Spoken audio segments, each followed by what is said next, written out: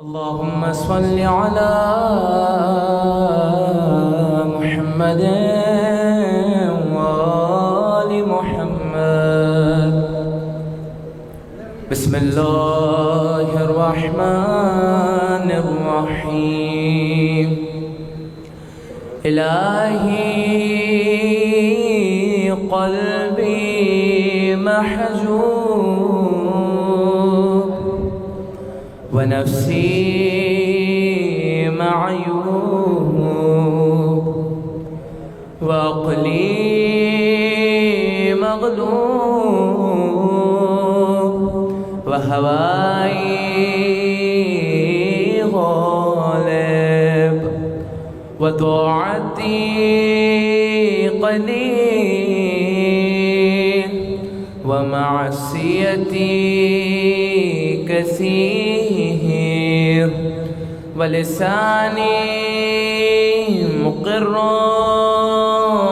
بالذنوب فكيف حيلتي يا ستار العيوب ويا علام الغيوب ويا كاشف الكروب اغفر ذنوبي كلها بحرمة محمد وآل محمد. يا غفار يا غفار يا غفار يا غفار يا غفار يا غفار برحمتك يا أرحم الراحمين. صلوات. إن الله وملائكته يصلون على النبي يا أيها الذين آمنوا صلوا عليه وسلموا تسليما.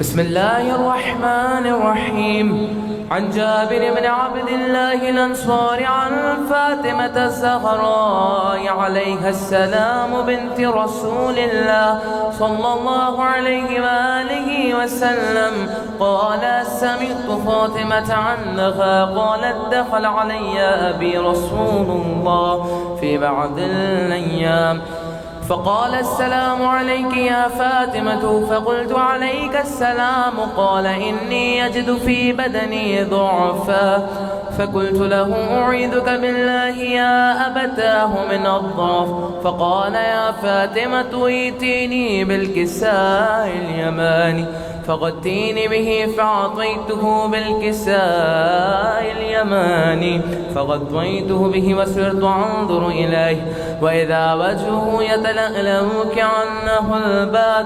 كأنه البدر في ليلة تمامه وكماله.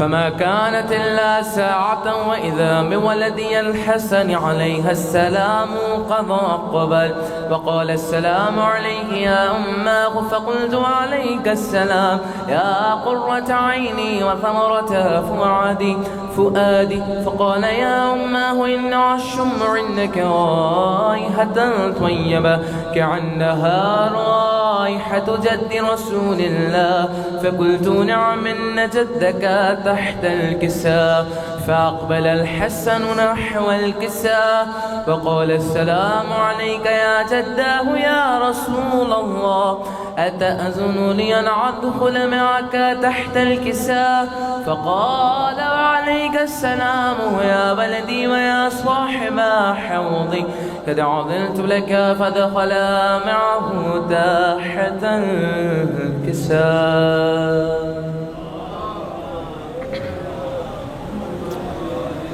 فما كانت إلا ساعة وإذا بولدي الحسين عليها السلام قد أقبل وقال السلام عليك يا أمه فقلت وعليك السلام يا ولدي ويا قرة عيني وثمرة فؤادي. فقال لي يا أماه إن أشم عندك رائحة طيبة كأنها رائحة جدي رسول الله. فقلت نعم إن جدك وأخوك تحت الكساء. فدنا الحسين نحو الكساء وقال السلام عليك يا جداه والسلام عليك يا من اختاره الله، أتأذن لي أن أدخل معكما تحت الكساء؟ فقال وعليك السلام يا ولدي ويا شافع أمتي، قد عذلت لك. فدخلا معهما تحت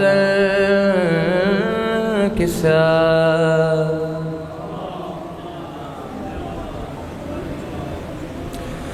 فأقبل عند ذلك أبو الحسن علي بن أبي طالب وقال السلام عليك يا بنت رسول الله. فقلت وعليك السلام يا أبا الحسن ويا أمير المؤمنين. فقال يا فاطمة إن أشم عندك رائحة طيبة كأنها رائحة وخيم بن عم رسول الله. فقلت نعم ها هو مع ولديك تحت الكساء. فأقبل علي نحو الكساء وقال السلام عليك يا رسول الله، أتأذن لي أن أكون معكم تحت الكساء؟ قال له وعليك السلام يا أخي ويا وسي وخليفتي وصاحب لواي، قد عذلت لك.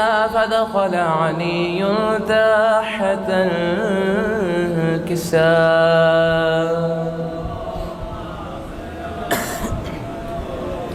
ثم أتيت نحو الكساء وقلت السلام عليك يا أبتاه يا رسول الله، أتأذن لي أن أكون معكم تحت الكساء؟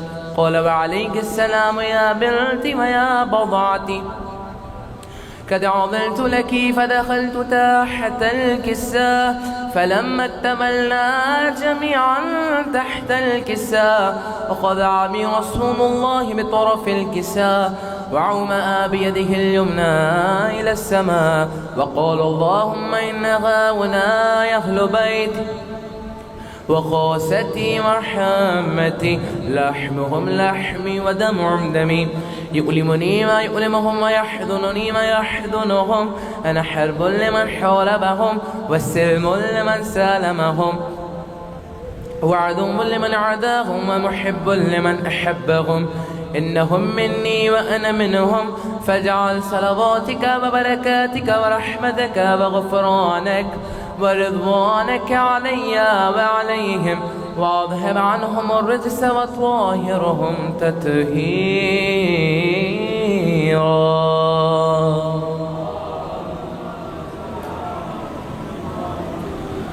فقال الله عز وجل يا ملائكتي ويا سكان السماوات إني ما خلقت سماء مبنعة ولا أرضا مدحية ولا قمرا منيرا ولا شمسا مضيا ولا فلكا يدور ولا بحرا يجري ولا فلكا يسري إلا في محبة هؤلاء الخمسة الذين هم تحت الكساء.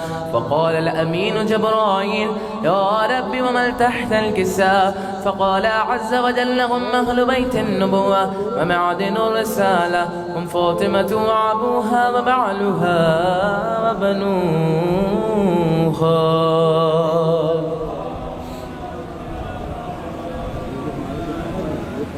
فقال جبرائيل يا رب يتأذن لي أن أهبط إلى العرض لأكون معهم سادسا؟ فقال الله نعم قد عملت لك. فهبت الأمين جبرائيل وقال السلام عليك يا رسول الله، العلي الأعلى يكرهك السلام ويخصك بالتحية والإكرام. ويكون لك وعزتي وجلالي إني ما خلقت سماء مبنعة ولا أرضا مدحية ولا قمرا منيرا ولا شمسا مضيا ولا فلكا يدور ولا بحرا يجري ولا فلكا يسري إلا لأجلكم ومحبتكم فقد أعذن لي أن أدخل معكم فهل تأذن لي يا رسول الله؟ فقال رسول الله وعليك السلام يا أمين وحي الله إنه نعم قد أذنت لك. فدخل جبرائيل معنا تحت الكساء فقال لأبي إن الله قد أوحى إليكم يقول إنما يريد الله أن يذهب عنكم الرجس أهل البيت ويطهركم تطهيرا.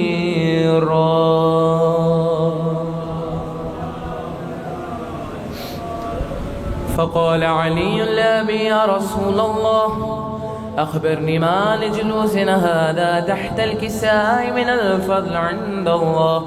فقال النبي والذي بعثني بالحق نبيا واستفاني بالرسالة النجية ما ذكر خبرنا هذا في محفل من محافل أهل الأرض وفيه جمع من شيعتنا ومحبينا إلا فنزلت عليهم الرحمة وحفت بهم الملائكة واستغفرت لهم إلى أن يتفرقوا. فقال علي إذن والله فذنا وفاذ شيعتنا ورب الكعبة. فقال أبي رسول الله صلى الله عليه وآله يا علي والذي بعثني بالحق نبيا واستفاني بالرسالة النجية ما ذكر خبرنا هذا في محفل من محافل أهل الأرض وفيه جمع من شيعتنا ومحبينا وفيهم مهموم إلا وفرج الله همه ولا مغموم إلا فكشف الله غمه ولا طالب حاجة إلا وقضى الله حاجته. فقال علي عليه السلام إذن والله فذنا وسعدنا وكذلك شيعتنا فاذوا وسعدوا في الدنيا والآخرة ورب الكعبة.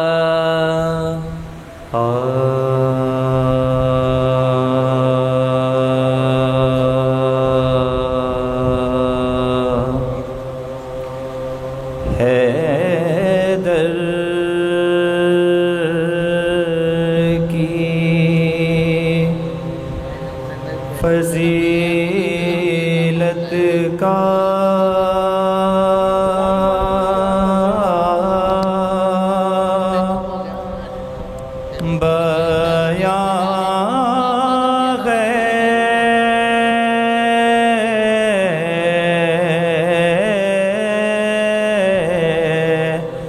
اب تک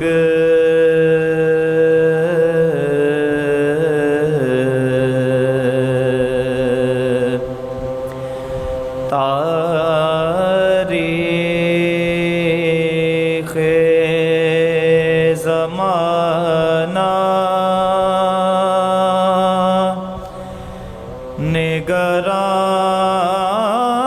نگراں ہے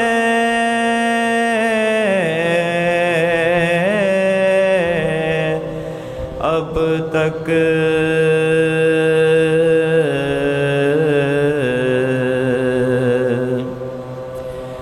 جس در سے گئیں بنت اسد کعبے میں جس در سے گئیں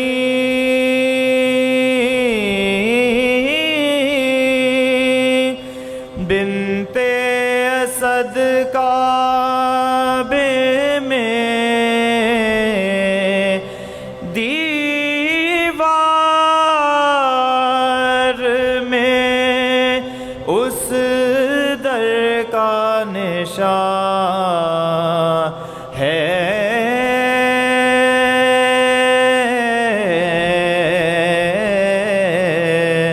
اب تک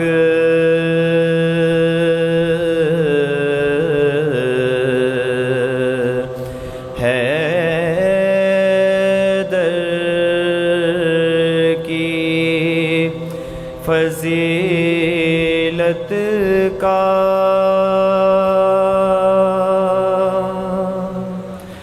درود پڑھ دیجئے محمد و آل محمد.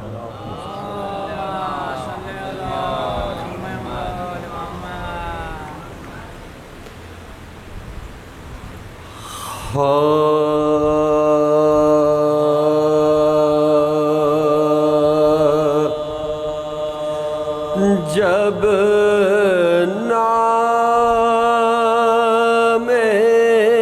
علی منہ سے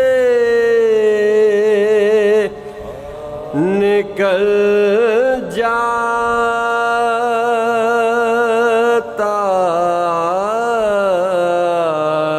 ہے، جب نام علی منہ سے نکل جاتا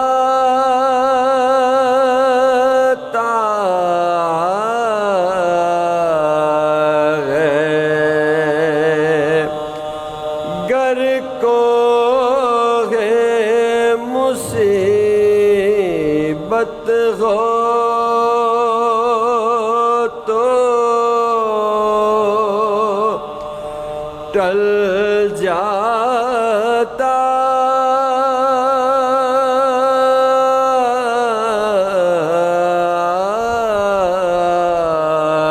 ہے، گر کو ہے مصیبت ہو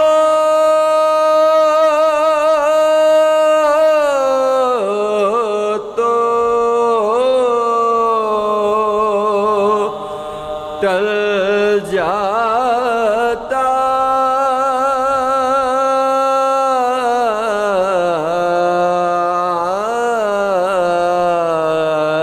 ہے. کیا نام ہے اس نام کے صدقے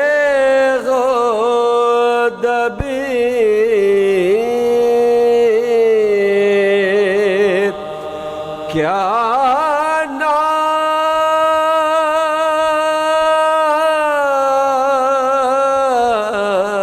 نام ہے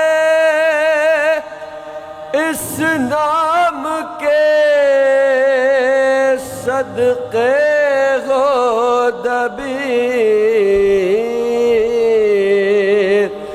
گرتا ہوا انسان سنبھل جاتا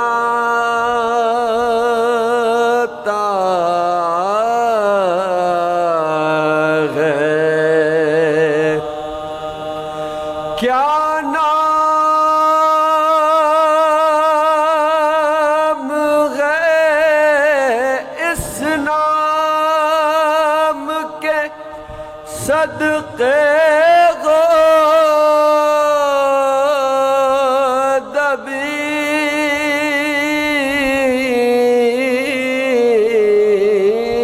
غدبیر، گرتا ہوا انسان سنبھل جاتا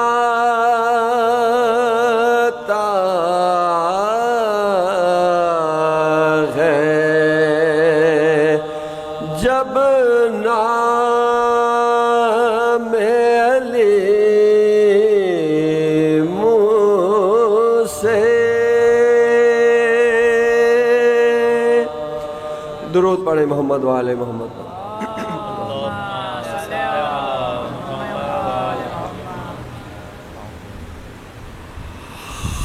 ہاں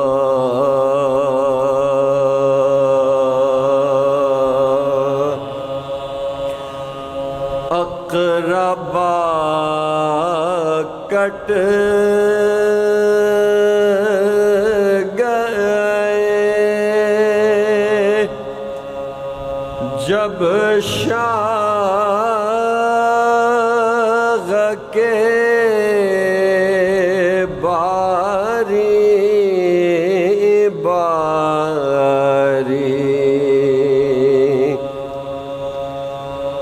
اقربا کٹ گئے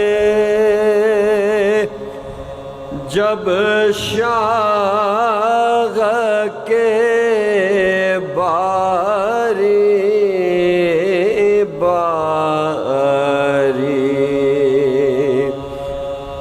اور عدم چلنے کی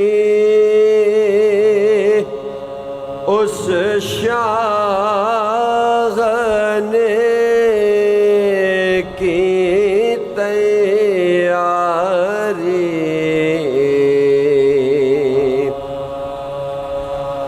اور عدم چلنے کی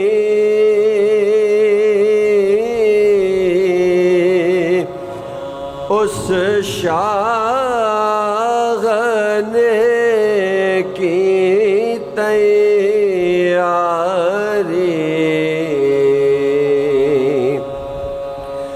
خیمے کا پردہ اٹھا زین العباد ایک باری دیکھ مقتل کی طرف کرنے لگے یوں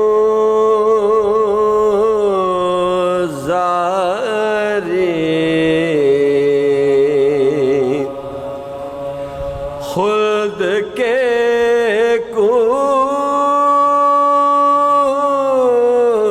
کوچ میں ہم کو نہیں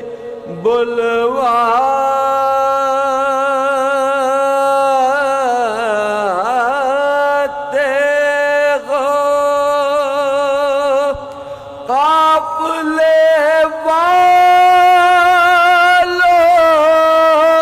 ہمیں چھوڑے چلے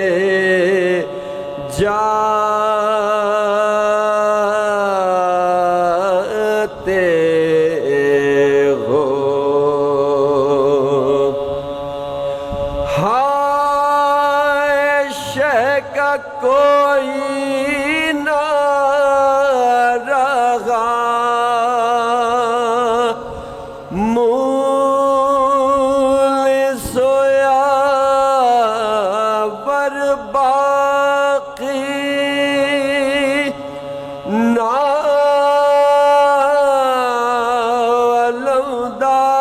نالمدار رہے اور نہ لشکر باقی نہ رہے قاسم جرار نہ اکبر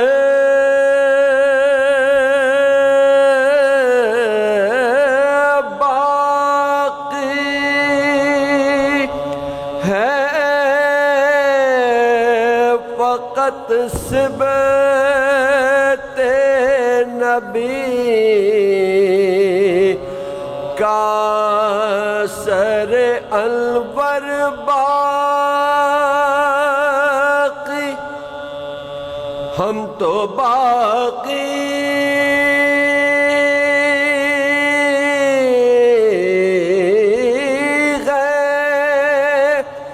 غم اور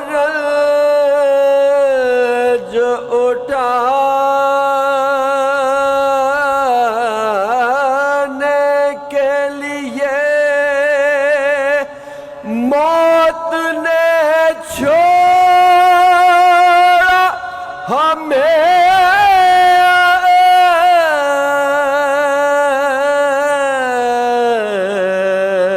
عشق بہانے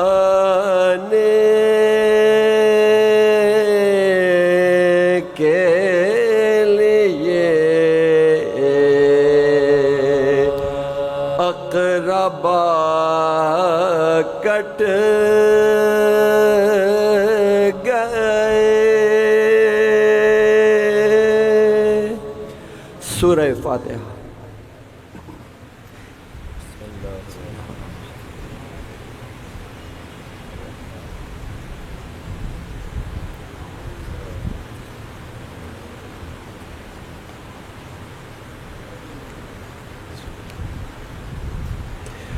مزید ایک سورہ فاتحہ کی التماس ہے حاضرین اور بانیان مجلس کے تمام مرحومین اور بالخصوص شہدائے ملت کے لیے. اللہم صلی علی محمد وعلی آل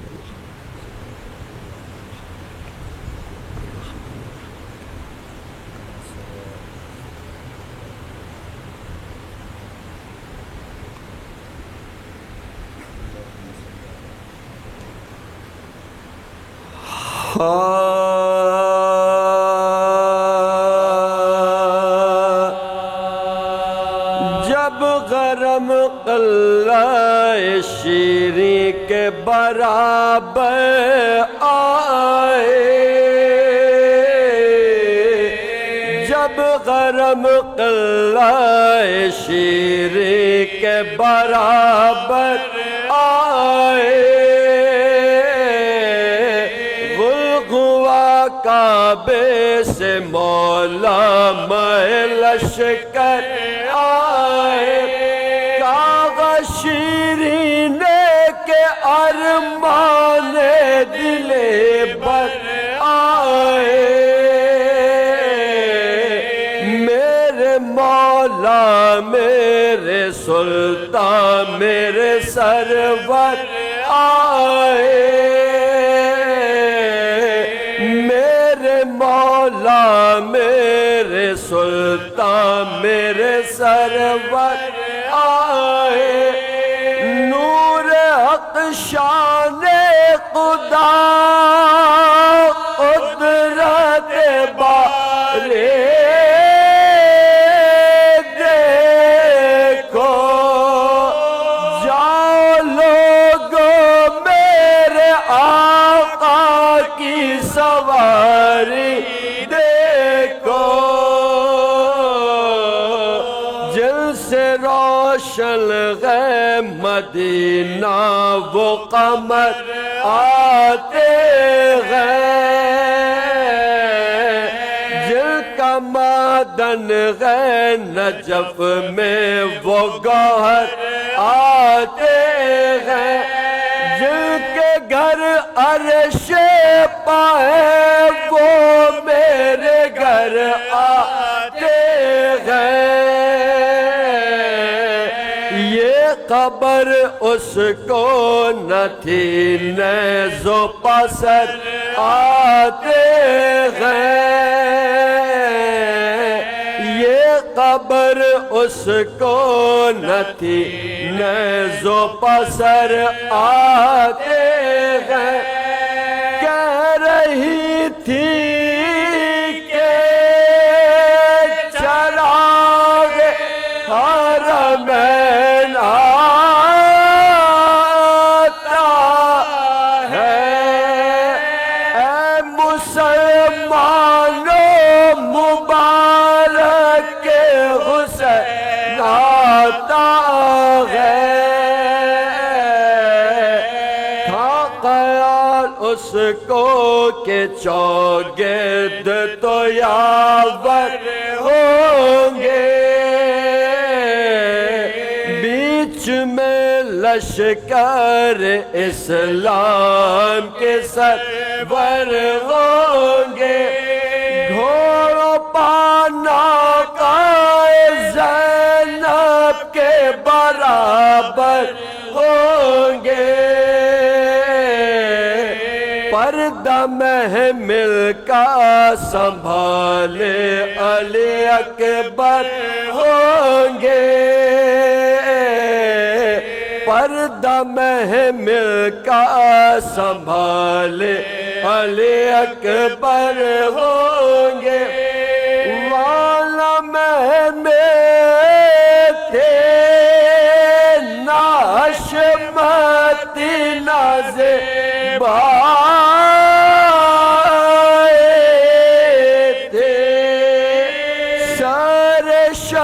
شبیر کے ہمراہ بغیر آئے تھے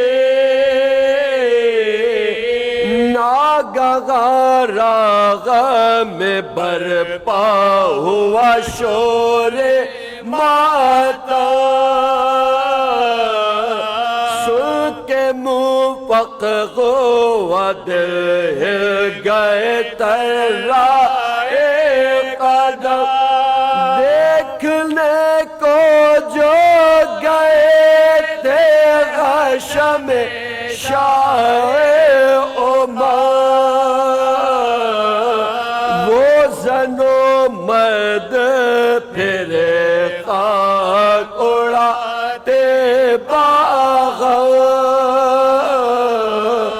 وہ زن و مرد پھرے خاک اڑاتے باہر سخت بے چین ہوئے طالب آرام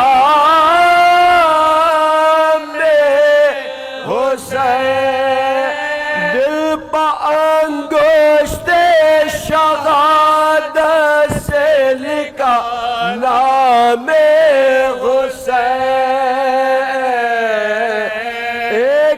عورت نے یہ باہر سے ندا دی ناگاہ ہائے شیریں تیرے ارماں ملے خاک میں گھر کا گھر ہو گیا خاتون قیامت کا تباہ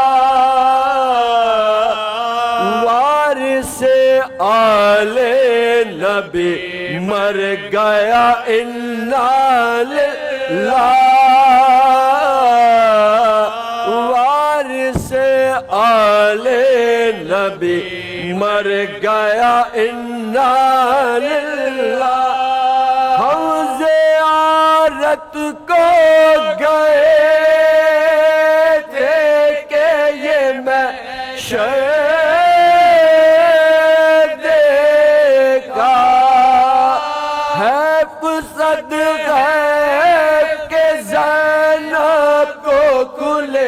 سر دیکھا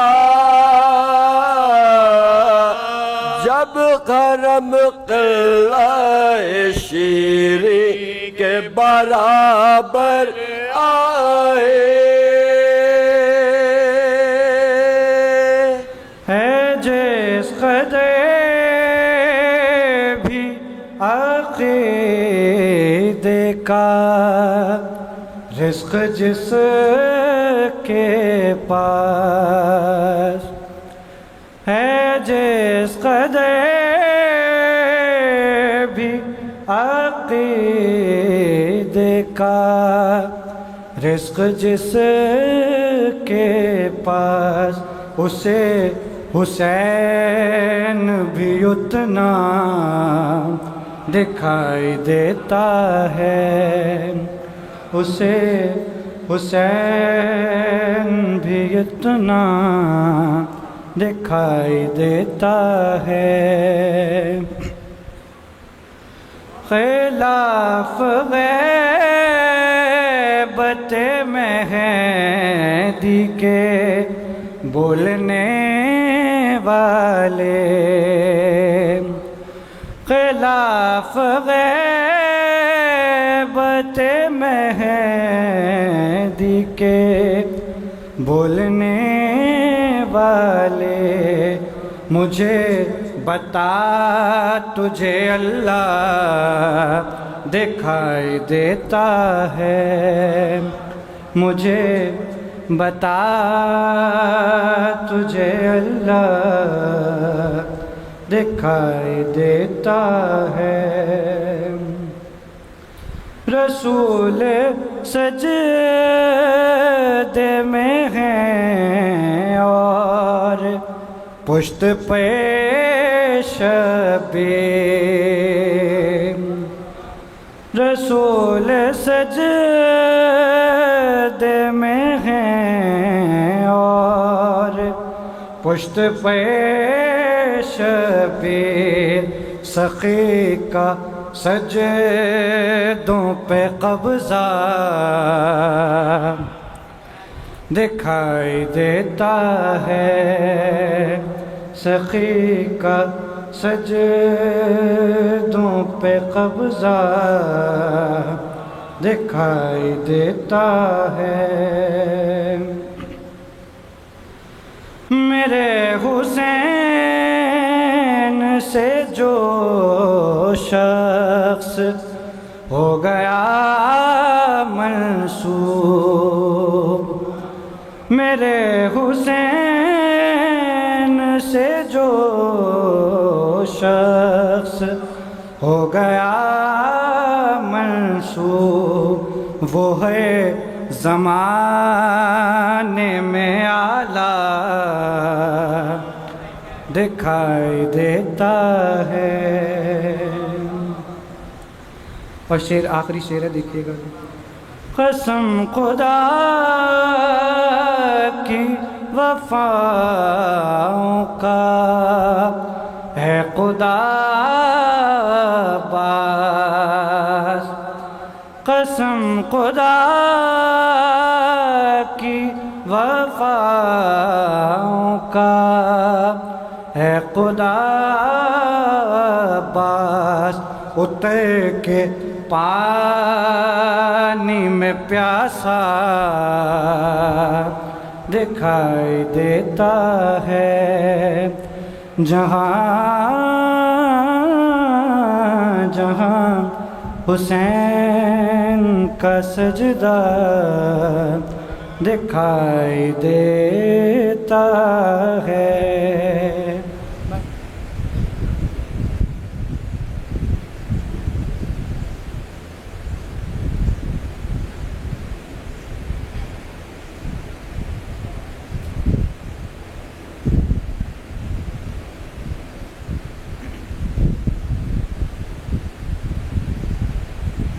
اعوذ باللہ من الشیطان الرجیم، بسم اللہ الرحمن الرحیم، الحمد للہ رب العالمین، بارئ الخلائق اجمعین، باعث الانبیاء والمرسلین، والصلاة والسلام والتحیۃ والاکرام علی سیدنا و مولانا ابی القاسم محمد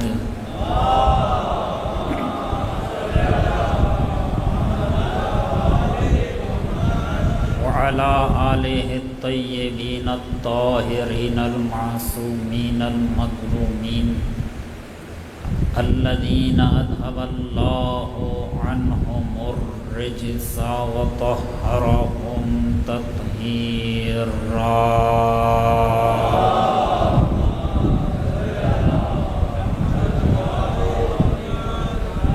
ولا سیما بقیۃ اللہ ارواحنا لتراب مقدمہ الفدا، واللعنة الأبدية على أعدائهم أجمعين، أما بعد فقد قال الله الكريم في الذكر الحكيم، ونريد أن نمن على الذين استضعفوا في الأرض ونجعلهم أئمة ونجعلهم الوارثين۔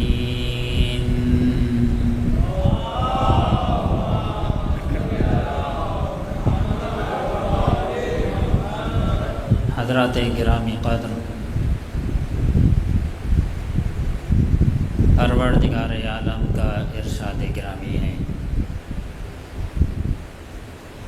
کہ ہم نے ارادہ کر لیا ہے وہ لوگ جو زمین پر کمزور کر دیے گئے ہیں ان پر احسان کریں، انہیں امام قرار دیں اور انہیں وارث قرار دیں۔ قرآن مجید میں وقت کے امام کی مناسبت سے کچھ آیتیں ہیں کہ جن کا بہت گہرا رابطہ ہے وقت کے امام کے ساتھ۔ ان میں سے ایک آیت یہی ہے کہ جو آپ کے سامنے تلاوت کر رہا ہوں۔ آپ کے سامنے مسلسل یہ عرض کیا جا رہا ہے کہ مہدویت وہ موضوع ہے کہ جو آج کے زمانے کی ضرورت ہے، اور ہمیں چاہیے کہ اس موضوع پہ بہت زیادہ پڑھیں، اور آپ سب کی ذمہ داری ہے کہ اس موضوع پر بہت زیادہ سنیں اور بہت زیادہ اس کے بارے میں مطالعہ کریں۔ آج یہ سوچ رہا تھا کہ آج کون سے مباحث آپ کے سامنے پیش کروں، اور جب اس کی فہرست دیکھی تو اتنے زیادہ مباحث ہیں مہدویت کے عنوان کے ساتھ کہ ہمارے پاس دن کم ہیں اور بحثیں بہت زیادہ ہیں، تو بہت ہی جو چیدہ نکات اور چیدہ باتیں ہیں ہیڈ لائنز کی صورت میں آپ کے سامنے پیش کر رہا ہوں۔ پروردگار عالم نے توفیق دی اور ہمیں ایک دن اور اضافی مل گیا کہ کل بھی آپ کے سامنے حاضر ہو جاؤں۔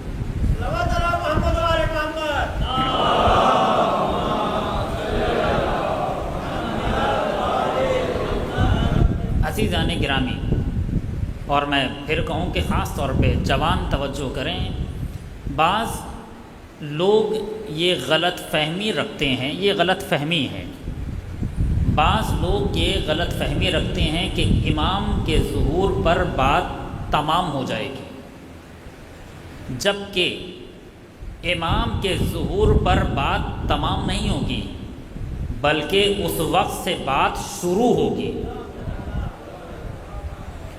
ابھی جو ہم گزار رہے ہیں یہ زندگی تھوڑی ہے، یہ تو ایک حیوانیت ہے۔ امام کے ظہور کے بعد زندگی شروع ہوگی، پھر پتہ چلے گا کہ زندگی کہتے کسے ہیں۔ وہ جو جنت جس کے بارے میں ہم نے قیامت میں سنا تھا، وہ جنت دنیا میں نظر آئے گی۔ اللہ کے صفات دنیا میں ظاہر ہو جائیں گے، جس طرح سے پروردگار عالم کے صفات قیامت میں ظاہر ہو جائیں گے، ایسے ہی پروردگار کے صفات دنیا میں ظاہر ہو جائیں گے۔ کتنے ایسے صفات ہیں جو پروردگار عالم کے دنیا میں ظاہر نہیں ہوئے، امام ان تمام صفات کو آنے کے بعد ظاہر کر دیں گے۔ ابھی ہم ظاہر دیکھ رہے ہیں، امام دنیا میں باطن دکھا دیں گے۔ اور آپ کے سامنے مسلسل عرض کر رہا ہوں، کل بھی عرض کر رہا تھا کہ امام مہدی اور امام حسین علیہم السلام میں ایک خاص گہرا رابطہ ہے۔ کل بھی ایک بات عرض کی تھی، ابھی ایک اور بات تائید کے طور پہ عرض کر دوں۔ جس طرح سے امام حسین علیہ السلام نے شب عاشوراء ظاہری دنیا میں باطن دکھا دیا تھا، اور پہلے عرصے میں عرض کیا تھا میں نے آپ کے سامنے کہ امام نے ظاہری دنیا میں اپنے خاص اصحاب کو باطن دکھا دیا تھا کہ دیکھو تمہارا مقام یہ ہے، تمہارا مقام یہ ہے، تمہارا مقام یہ ہے۔ اور ظاہراً اگر میں غلطی نہ کروں تو پہلے اشرے میں عرض کیا تھا کہ جناب بریر ہنس رہے تھے، شب عاشوراء مسکرا رہے تھے۔ کسی نے کہا کہ بریر ہم نے آپ کو زندگی بھر مسکراتے نہیں دیکھا، کل روز قربانی ہے اور آپ مسکرا رہے ہیں۔ چونکہ جناب بریر زندگی بھر نہیں مسکرائے، کم بولتے تھے، کم ہنستے تھے، مسکراتے نہیں تھے۔ کسی نے کہا کہ بریر ساری زندگی تو آپ خاموش رہے، آج آپ مسکرا رہے ہیں، جبکہ آپ کو معلوم ہے کہ کل روز قربانی ہے، یہ مسکرانے کی رات نہیں ہے۔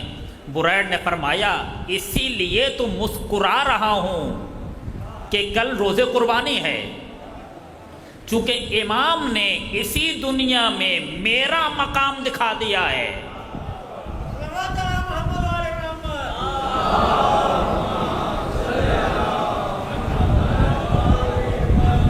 اب تک جو میں نہیں مسکرا رہا تھا اس کی وجہ یہ تھی کہ میں خائف تھا، میں پریشان تھا کہ میرا انجام کیسا ہوگا۔ آج معلوم ہو رہا ہے کہ میرا انجام بالخیر ہونے والا ہے۔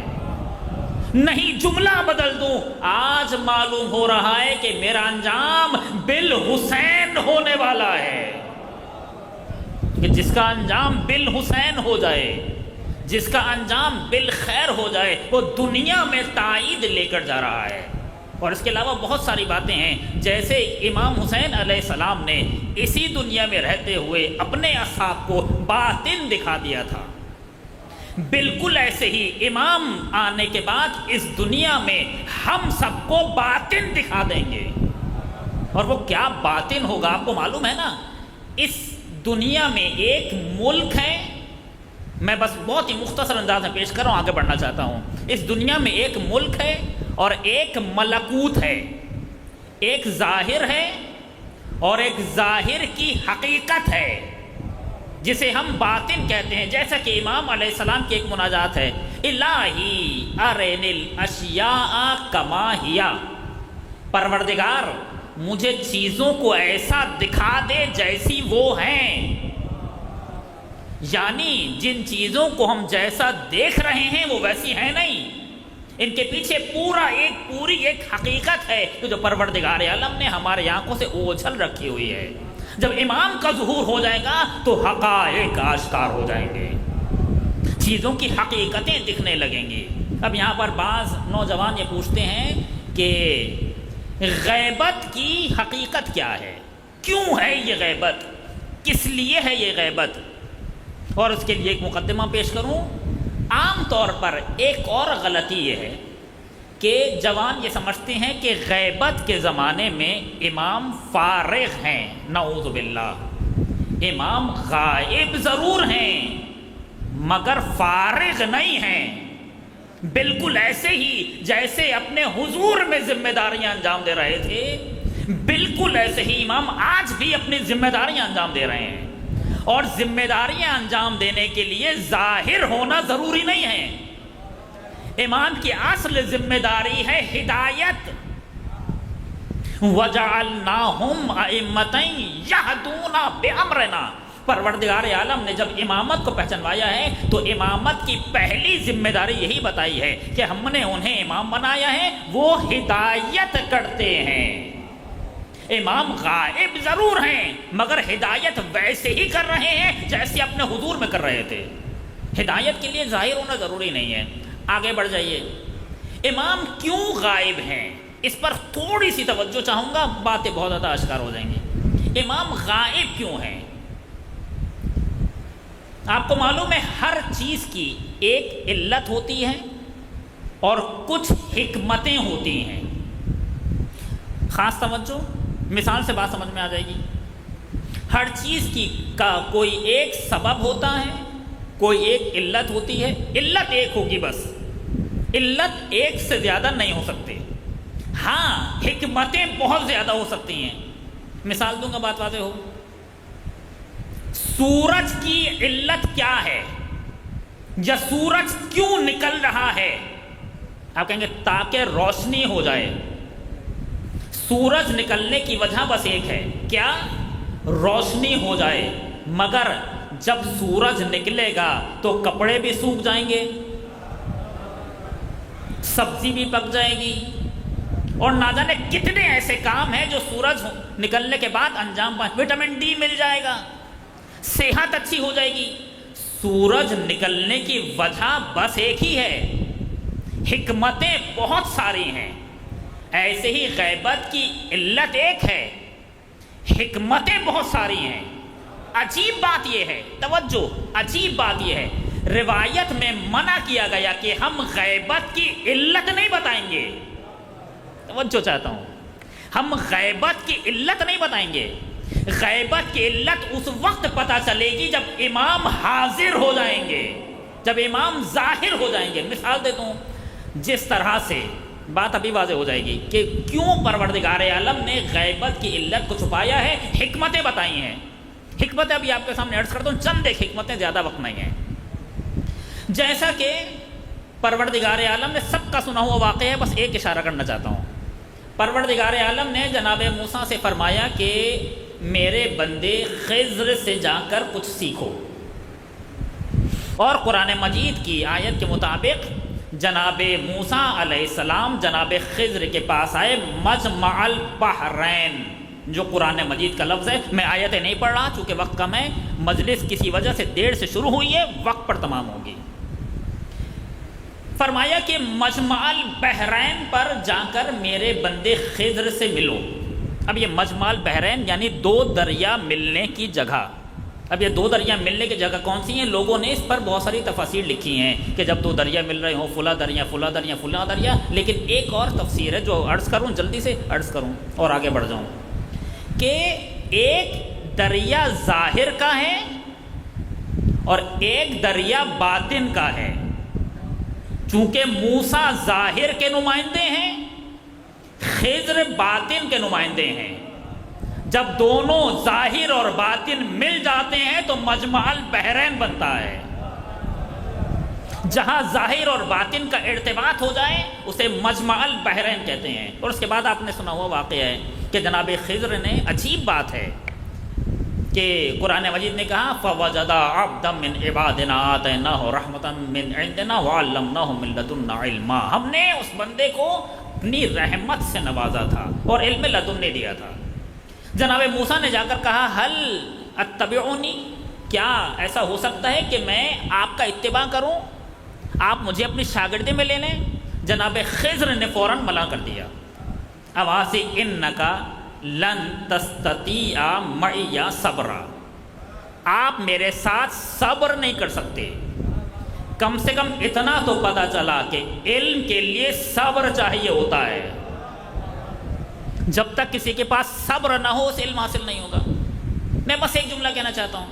اس کے بعد پھر جناب خضر نے اپنے کام شروع، جناب خضر نے جناب موسیٰ کو شاگردی ملی، اپنے کام کرنا شروع کیے۔ جناب موسیٰ روکتے رہے، توجہ چاہتا ہوں، جناب موسیٰ روکتے رہے، جناب خضر اپنے کام کرتے رہے، یہاں تک کہ جب دونوں کی جدائی کا وقت آیا تو جناب خضر جو اب تک خاموش تھے انہوں نے حکمتیں بتانا شروع کی۔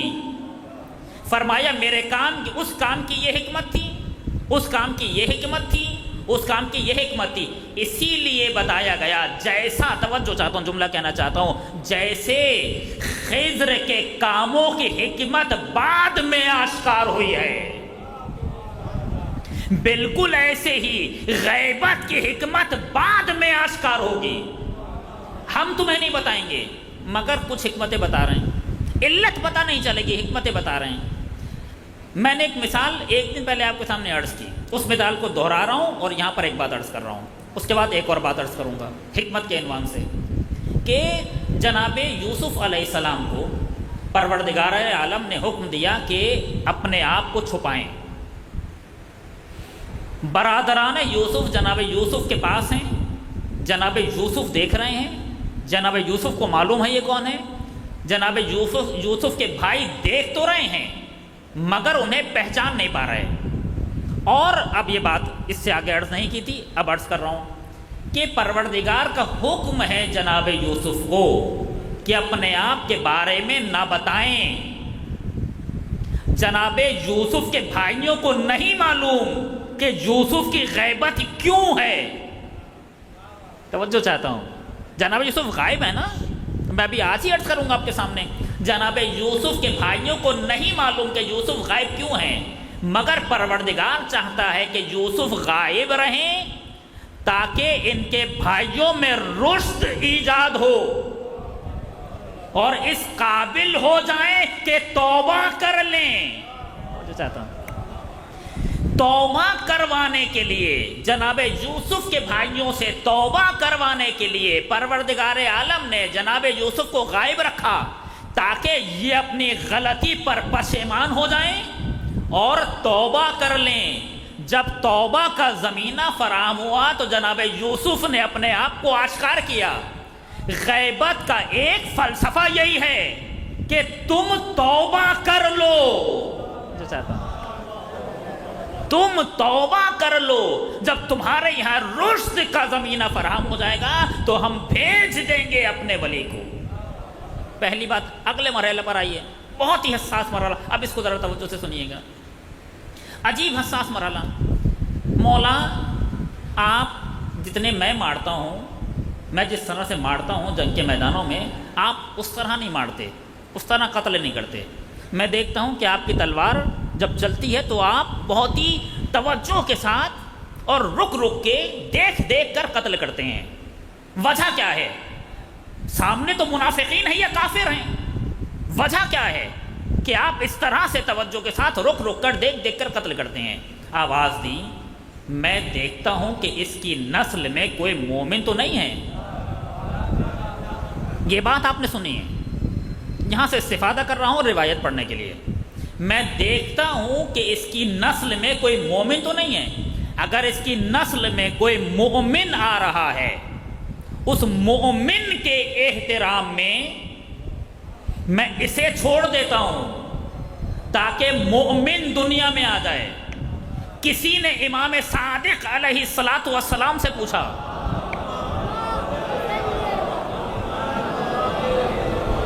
کہ مولا غائب کیوں ہیں؟ میں نے بتایا نا کہ کچھ حکمتیں بیان ہوئی ہیں۔ مولا غائب کیوں ہیں؟ تو امام نے آیت پڑھی، لو تزیلوا لعذبنا الذین کفروا۔ اگر یہ مومنین کفار سے جدا ہو جاتے، توجہ چاہتا ہوں، مومنین کافروں سے جدا ہو جاتے تو ہم کافروں پر اپنا عذاب نازل کر دیتے۔ ہم کافروں پر عذاب اس لیے نازل نہیں کر رہے کہ درمیان میں مومن موجود ہے۔ مومن کے احترام میں کافر پر سے عذاب ٹل جائے گا۔ کسی نے پوچھا، اسی شخص نے پوچھا کہ مولا آپ اس آیت کی تلاوت کیوں کر رہے ہیں؟ میں یہ پوچھنا چاہ رہا ہوں کہ امام غائب کیوں ہوں گے؟ تو آواز دی، تاکہ نسلوں میں جو مومن چھپے ہوئے ہیں، جب تک نسلوں میں چھپے ہوئے مومن آشکار نہ ہو جائیں، پروردگار اپنے حجت کو نہیں بھیجے گا۔ جب مومن، سارے مومنین جو اسلاف میں موجود ہیں، جو نسلوں میں موجود ہیں، جب تک ایک ایک مومن دنیا میں نہ آ جائے، پروردگار امام کا ظہور نہیں کرے گا تاکہ سارے مومنین دنیا میں آئیں اور اپنا وظیفہ معین کریں۔ اور آگے بڑھ جائیے، امام کی غیبت، اس پر اور توجہ۔ امام کی غیبت پہلی غیبت نہیں ہے۔ چونکا دینے والی بات، جوانوں کے لیے عرض کر رہا ہوں، بزرگوں نے تو سنی ہوں گی ساری باتیں، تائید کر دیں، ممنون، مشکور۔ امام کی غیبت پہلی غیبت نہیں ہے۔ پروردگار عالم نے جب بھی ہمیں کسی آزمائش میں ڈالا ہے، توجہ، پروردگار نے جب بھی ہمارا کوئی امتحان لیا ہے تو پہلے امتحان کی تیاری کروائی ہے۔ جب تک پروردگار نے امتحان کی تیاری نہیں کروائی، امتحان نہیں لیا۔ امام کی غیبت ایک آزمائش ہے، پروردگار عالم نے اس آزمائش کی پہلے تیاری کروائی ہے۔ توجہ چاہتا ہوں، پروردگار عالم نے اس آزمائش کی پہلے تیاری کروائی ہے۔ انبیاء کو غیبت میں رکھا ہے۔ جناب ادریس 20 سال غیبت میں رہے ہیں، جناب نوح 460 سال غیبت میں رہے ہیں، جناب عیسیٰ 250 سال غیبت میں رہے ہیں، جناب ابراہیم بھی غیبت میں رہے ہیں، جناب اسماعیل بھی غیبت میں رہے ہیں، اس کے علاوہ دوسرے انبیاء بھی غیبت میں رہے ہیں۔ غیبت کا فلسفہ اسی وقت آشکار ہوا جب نبی نے خود آ کر بتایا۔ جو چاہتا ہوں، جب تک نبی نے خود آ کر نہیں بتایا، قوم کو معلوم نہیں ہوا کہ نبی غائب کیوں ہیں۔ لہذا پروردگار عالم نے اس غیبت کے لیے ہمیں پہلے تیاری کروائی کہ تیار ہو جاؤ، غیبت آنے والی ہے۔ نہ یہ توجہ چاہتا ہوں، اگر آپ اہل بیت کی زندگی اٹھا کر دیکھیں، میں جلدی جلدی ہیڈ لائن کی صورت پڑھ رہا ہوں، کل آخری دن ہے۔ اگر آپ اہل بیت کی سیرت اٹھا کر دیکھیں، 7ویں امام کے زمانے سے امام لوگوں سے غائب ہیں۔ کیوں غائب ہیں؟ اس لیے کہ زندان میں ہیں، قید ہیں، لوگوں کی نظروں سے اوجھل ہیں. خاص طور پہ 10ویں اور 11ویں امام لوگوں کے درمیان ہے ہی نہیں، لوگوں سے رابطہ ہے ہی نہیں، لوگوں سے بات نہیں کر پا رہے، لوگ ان سے بات نہیں کر پا رہے. اور انہوں پروردگار عالم نے ہلکے ہلکے لوگوں کے ذہنوں کو بنانا شروع کیا کہ دیکھو ہماری آخری حجت غائب ہونے والی ہے، تو جو تمہاری یہاں ذمہ داری تھی، توجہ چاہتا ہوں، وہی تمہاری وہاں ذمہ داری ہوگی. جب 10ویں اور 11ویں امام تمہارے سامنے نہیں ہیں تو کیا ذمہ داریاں ختم؟ کہا نہیں، ذمہ داریاں ختم نہیں ہوئیں. امام نظروں سے اوجھل ضرور ہیں مگر اطاعت ویسے ہی کرنی ہے جیسے ان کے حضور میں کیا کرتے تھے. آگے بڑھیے، میں کہہ رہا ہوں نا ہیڈ لائنز کی صورت میں جلدی جلدی عرض کر رہا ہوں. امام کی عمر کا مسئلہ، اتنی عمر کس کی ہو سکتی ہے؟ کون اتنی عمر گزار سکتا ہے؟ میں چند ایک مثالیں دوں گا، بات واضح ہو جائے گی. کون اتنی عمر گزار سکتا ہے؟ 1100 سال سے زیادہ عمر ہے. شیطان.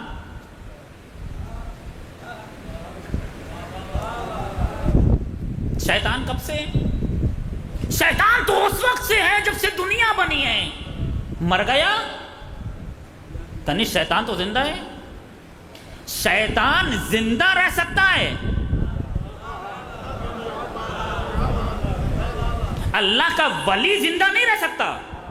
نہیں، اسے تو اللہ نے زندہ رکھا ہے، انہیں بھی اللہ نے زندہ رکھا ہے.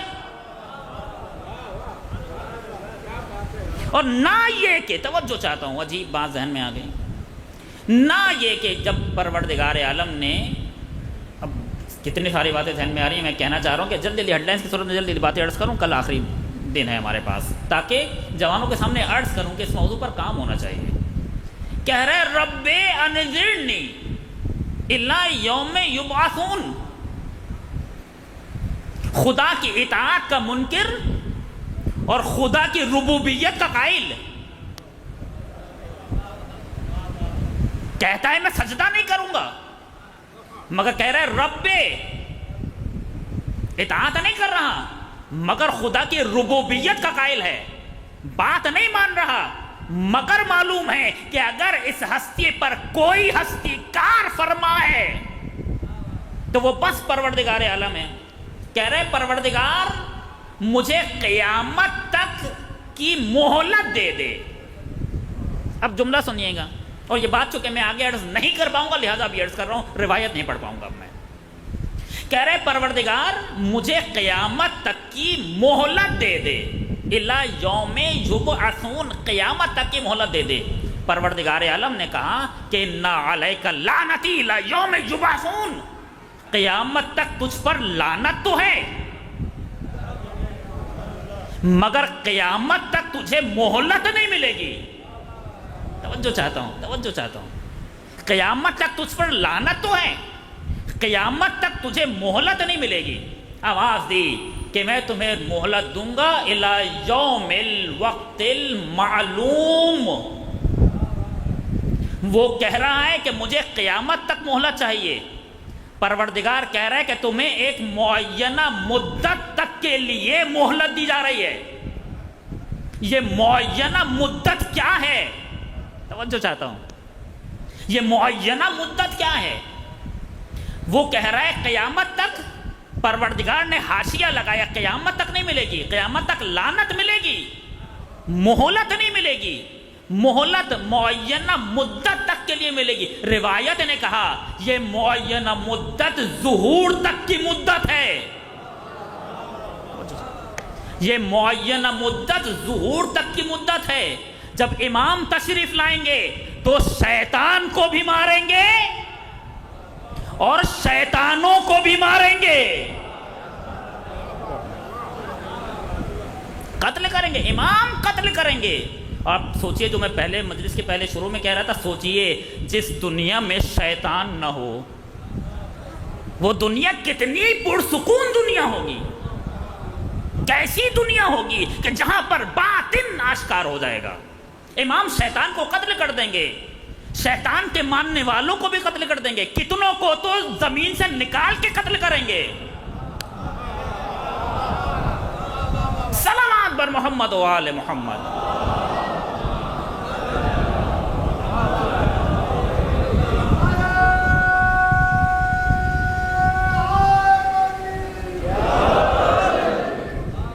تو شیطان کو پروردگار عالم نے زندگی دے دی، اللہ نے زندگی دی ہے، انہیں بھی اللہ نے زندگی دی ہے. آگے بڑھیے. آوازی لولا انہو کانا من المسبحین للبث فی بطنہ الی یوم یبعثون. عجیب، یہ ساری آیتیں قرآن مجید کی ہیں. اگر یونس مچھلی کے پیٹ میں ہماری تسبیح کرنے والے نہ ہوتے تو ہم انہیں قیامت تک زندہ رکھتے.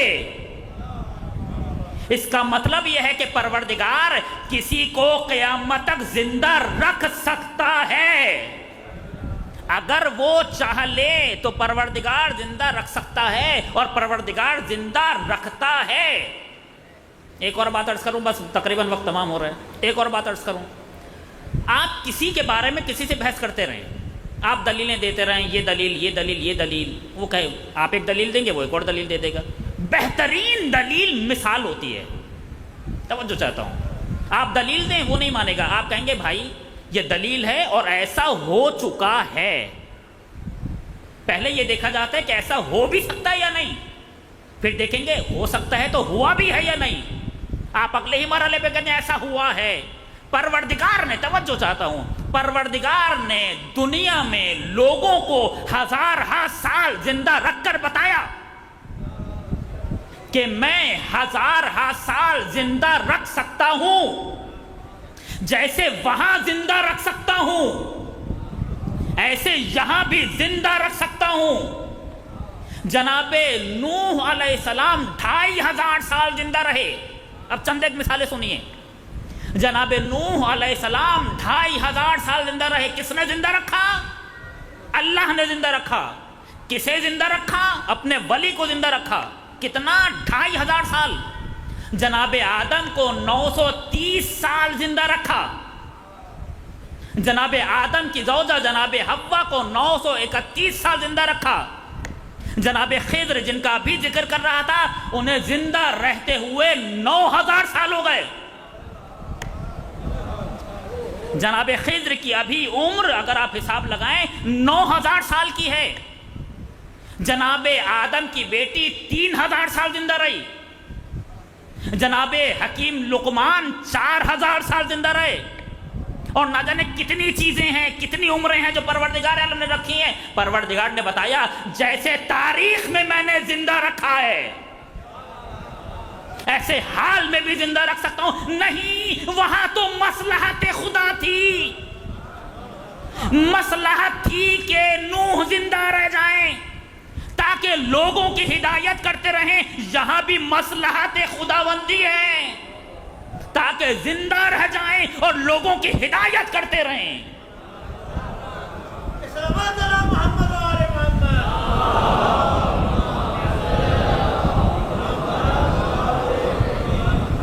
آج کے بارے میں آخری بات عرض کروں. پروردگار عالم کی سنت ہے کہ جب بھی پروردگار کا کوئی ولی مصیبت اٹھائے گا تو پروردگار اس مصیبت کے نتیجے میں نجات دے گا. یہ سنت ہے تاریخ میں پروردگار عالم کی. مثال دوں گا بات واضح ہو جائے گی. جب بھی پروردگار، مثال دوں گا ابھی، جب بھی پروردگار کا ولی کوئی مصیبت اٹھائے گا تو پروردگار اس مصیبت اٹھانے کے نتیجے میں ولی کو اجر دے گا. اور چونکہ ولی نے مصیبت اٹھائی ہے اس مصیبت اٹھانے کے نتیجے میں نجات دے گا. سامنے کی مثال جو ابھی عرض کرا تھا آپ کے سامنے، جناب یوسف کنویں کی گہرائی میں گئے، اس کے بعد غلام بنا دیا گیا. غلام بنانے کے بعد الزام لگا دیا گیا.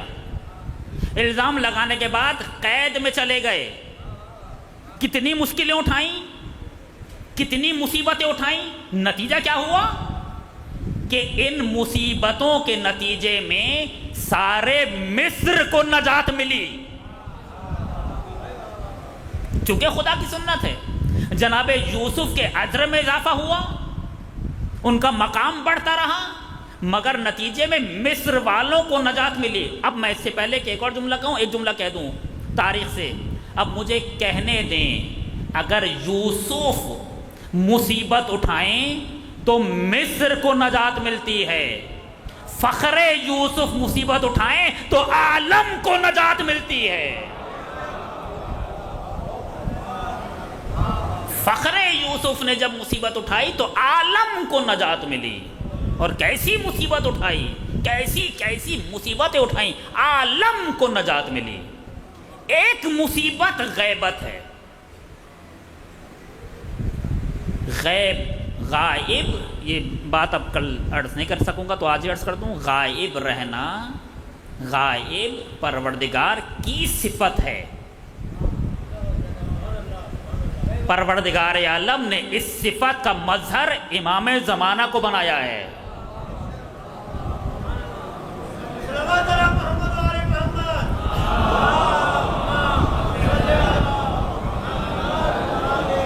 بسم اللہ الرحمن الرحیم.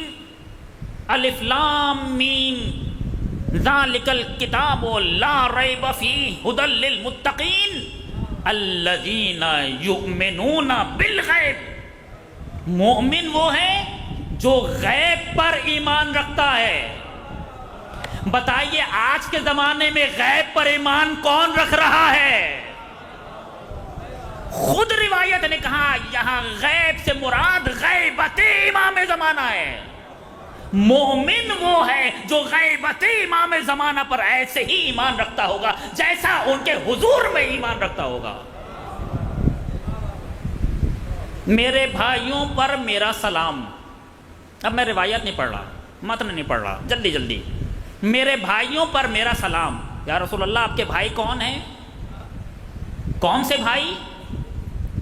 فرمایا جو آخری زمانے میں آنے والے ہیں. اور ہم تم اصحاب ہو، بھائی نہیں ہو. میرے بھائی آخری زمانے میں آئیں گے. یا رسول اللہ وہ آپ کے بھائی کیوں ہیں؟ آواز دی وہ نہ دیکھ کر ایمان رکھیں گے. تم دیکھ کر ایمان رکھ رہے ہو. ممکن ہے جوانوں کا بھی سمجھ میں نہ آیا ہو. میں سامنے کی بات کروں اور بات حل ہو جائے گی، سمجھ میں آ جائے گی.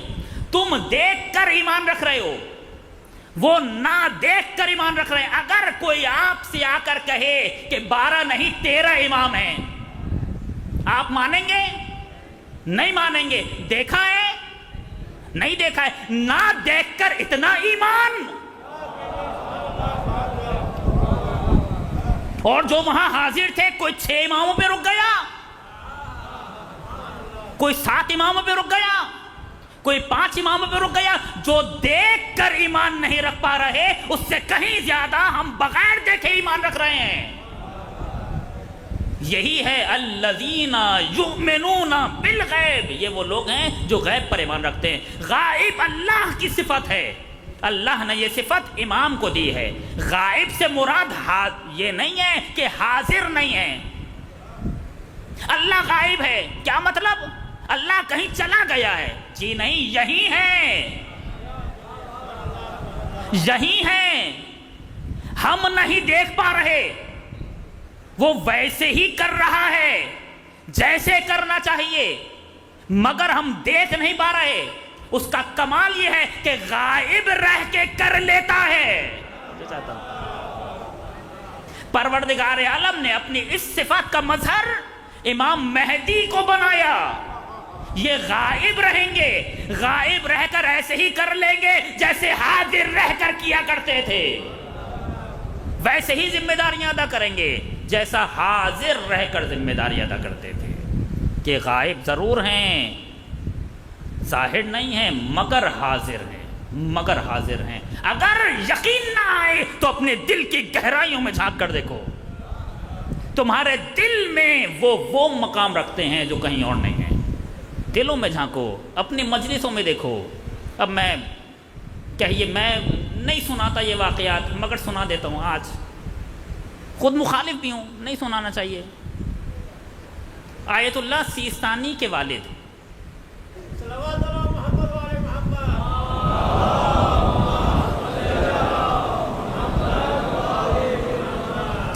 ایک بات اور اگر اجازت دیں یہ واقعہ سنانے سے پہلے، چونکہ میں واقعہ سناتا نہیں ہوں لہذا پہلے مقدمہ بناؤں.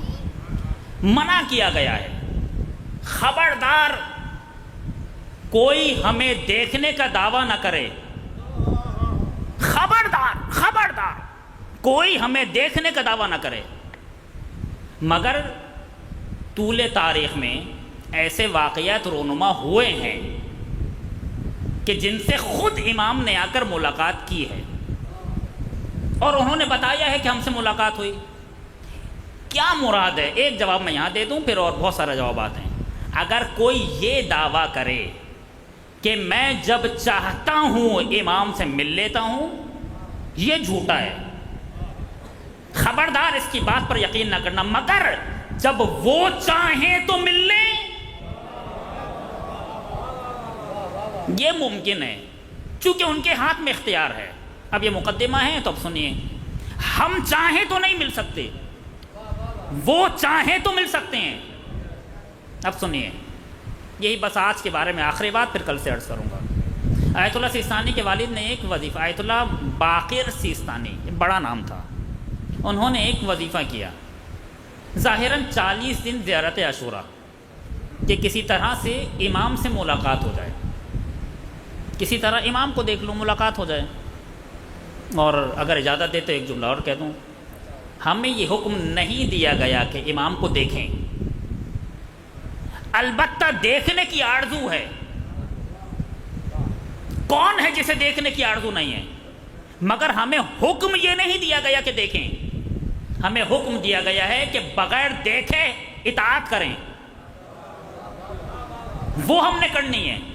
ہاں دیکھنے کا کس کا دل نہیں چاہتا؟ کون مومن ہے جس کا دیکھنے کا دل نہ چاہے؟ لیکن جو نہیں دیکھ پا رہا اس نے اطاعت کرنی ہے. اور انہوں نے پھر وظیفہ کیا کہ کسی طرح سے میری ملاقات ہو جائے.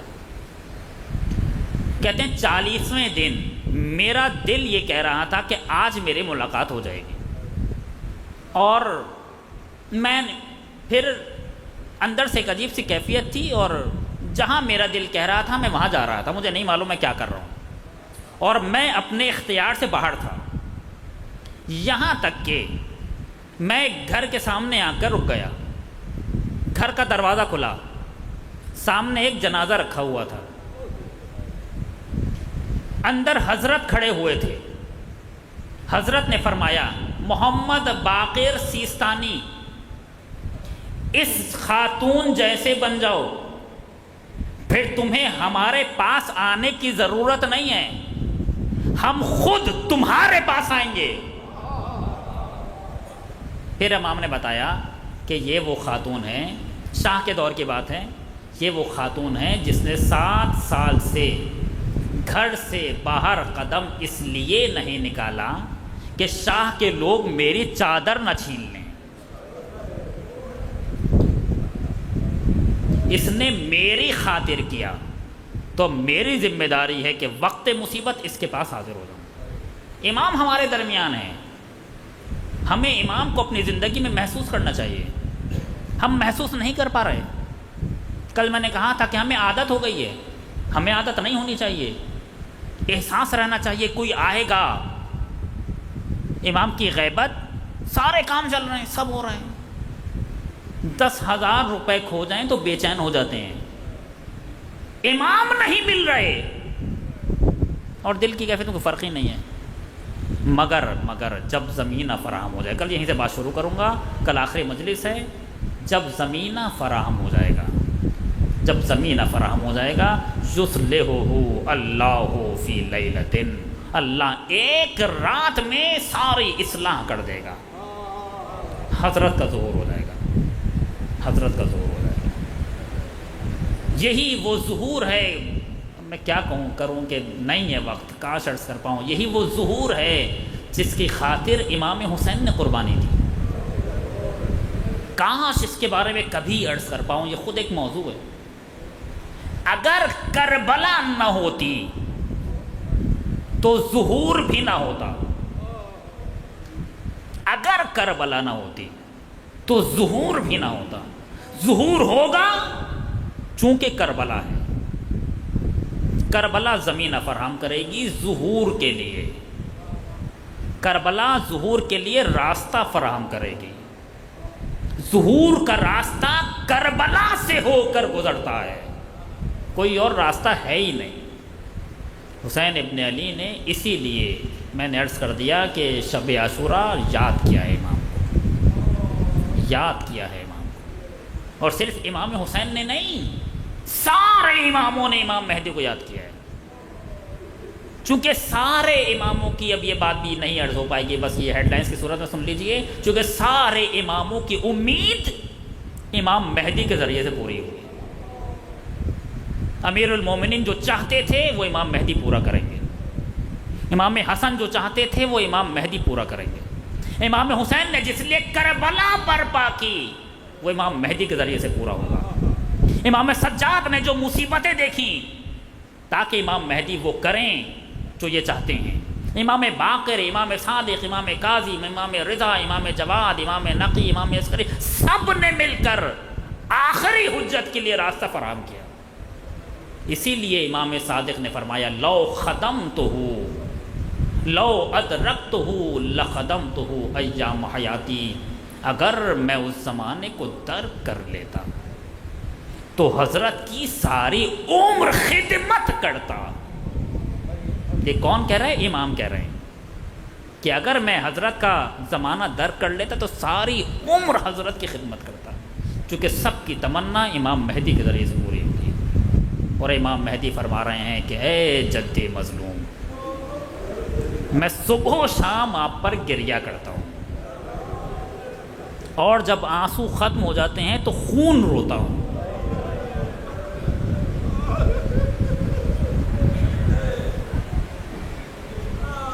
آنسو ختم ہو جاتا ہے تو خون روتا ہوں. ایک جملہ کہوں، میں آپ کے سامنے ذکر مصیبت پڑھتا ہوں، آپ روتے ہیں. میں صرف بیان کر رہا ہوں، آپ سن کے روتے ہیں. امام کو واقعہ کربلا دکھایا جاتا ہے، آپ سن کے برداشت نہیں کر پاتے، وہ دیکھ کے کیسے برداشت کریں؟ کیسے برداشت کریں وہ منظر کہ جب حسین یہ کہتے ہوئے زمین پہ گرے بسم اللہ و باللہ. آیت اللہ وحید خراسانی فرماتے ہیں کہ ایک عمل ہے، ہمارے اساتذہ بتاتے ہیں، آیت اللہ وحید خراسانی نے بھی عرض کیا، ایک عمل ہے، اگر کوئی وہ عمل کرے تو واقعہ کربلا دیکھ سکتا ہے سوائے 3 گھنٹوں کے، سوائے 3 گھنٹوں کے، کہ جب حسین زمین پر گرے، یہاں سے لے کر امام کی شہادت تک، یہ انسان نہیں دیکھ سکتا.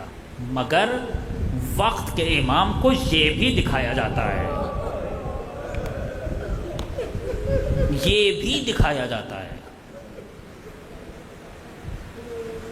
دل کہتا ہے کہ ہر منزل دیکھنا آسان ہوگی، مگر وہ منزل بہت مشکل ہوگی کہ جب عمر ابن سعد نے کہا تھا زینب خیمے سے باہر نکلو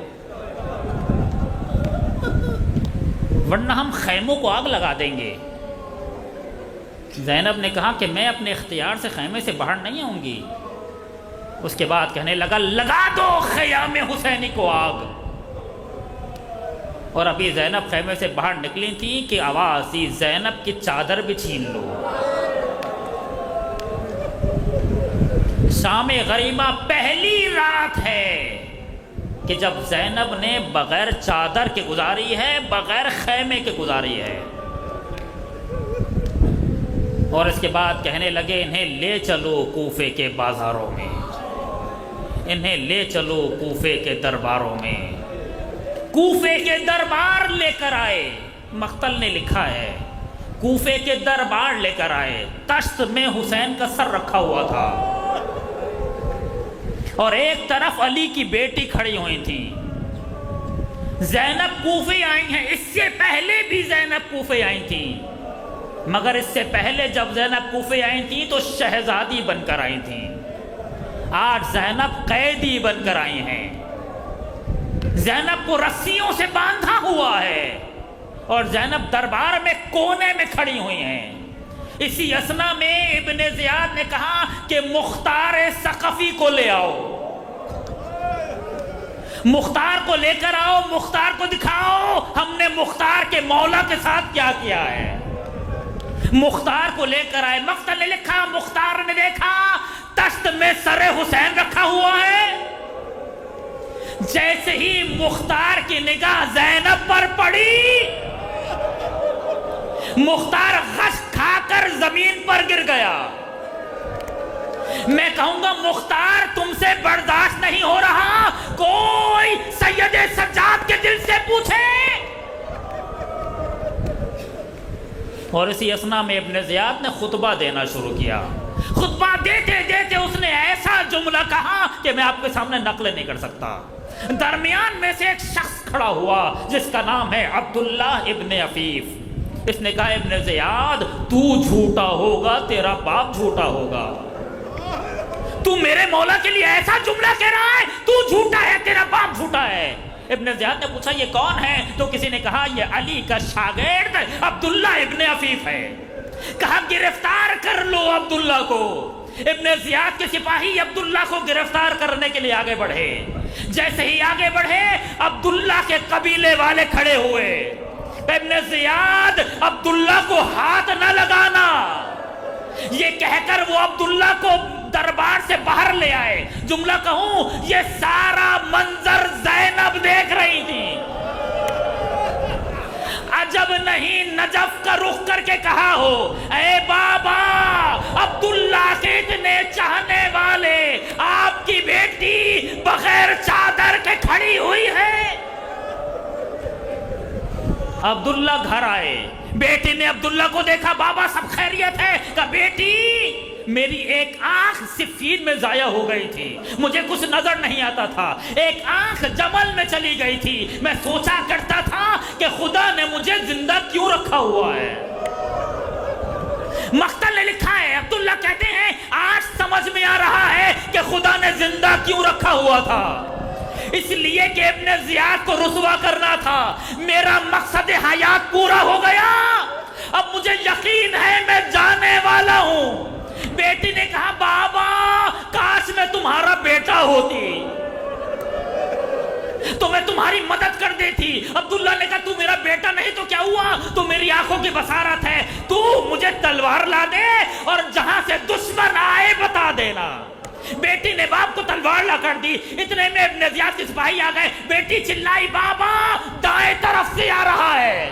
عبداللہ نے حملہ کیا، بیٹی چلائی بابا بائیں طرف سے آ رہا ہے۔ عبداللہ نے حملہ کیا، بابا سیدھی طرف سے آ رہا ہے۔ عبداللہ نے حملہ کیا، کسی نے چیخ کر کہا یہ علی کا شاگرد ہے، اسے چاروں طرف سے گھیر لو، ایسے قابو میں نہیں آئے گا۔ بیٹی نے سن لیا، بابا سنا یہ کیا کہہ رہے ہیں؟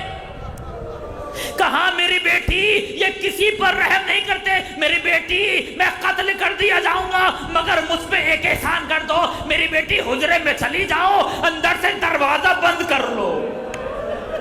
یہ بے رحم ہیں، کسی پہ رحم نہیں کھاتے۔ بیٹی حجرے میں چلی گئی، بیٹی نے دروازہ بند کر لیا۔ عبداللہ کو سکون سے موت آ گئی، جانے نثار ہو جائیں اس قتیل بے نوا پر کہ جب شمر امام کے سینے پر چڑھا ہوا تھا، ادھر زینب دوڑ رہی تھی، ادھر بچے خیمے سے نکل رہے تھے۔ اسی لیے مقتل نے لکھا، زیارت ناہیہ نے کہا جب جان نکل رہی تھی تو سانسیں رک گئی تھی، سانس نہیں نکل رہی تھی، کیسے دم نکل جاتا جس کے بچے اس حالت میں ہوں، جس کی بہنیں اس حالت میں ہوں، وہ کیسے سکون سے چلا جائے۔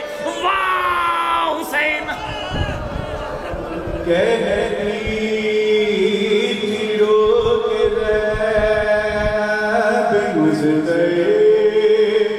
میں کیا کروں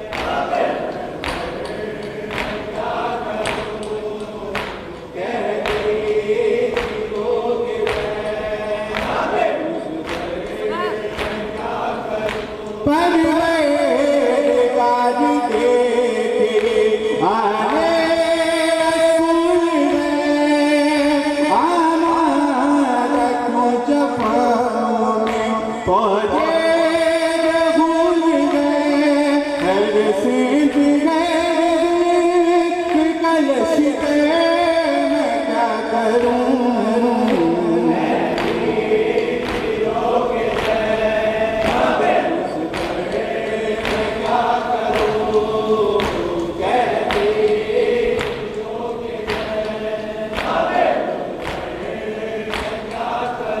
پیاسوں پہ چل چکی یہاں شمشیر ظلم کی روتی ہے میرے گال پہ مقتل پہ کسی کوئی نہیں ہے موت سجا گئے میں کیا کروں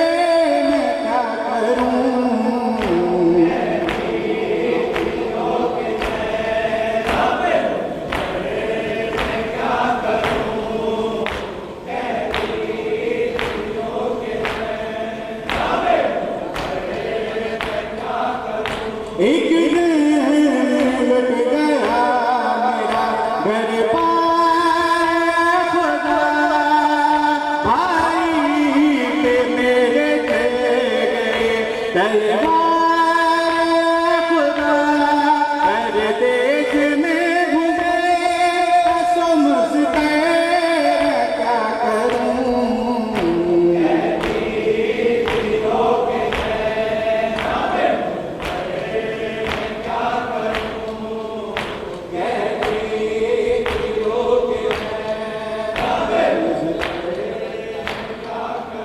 مزگیرہ میں گیا تو لگتے ہیں کتنے کا سب سے بڑا خزانہ دلگیر کا یہ الفاظ رو رہے کہہ کے میں کیا کروں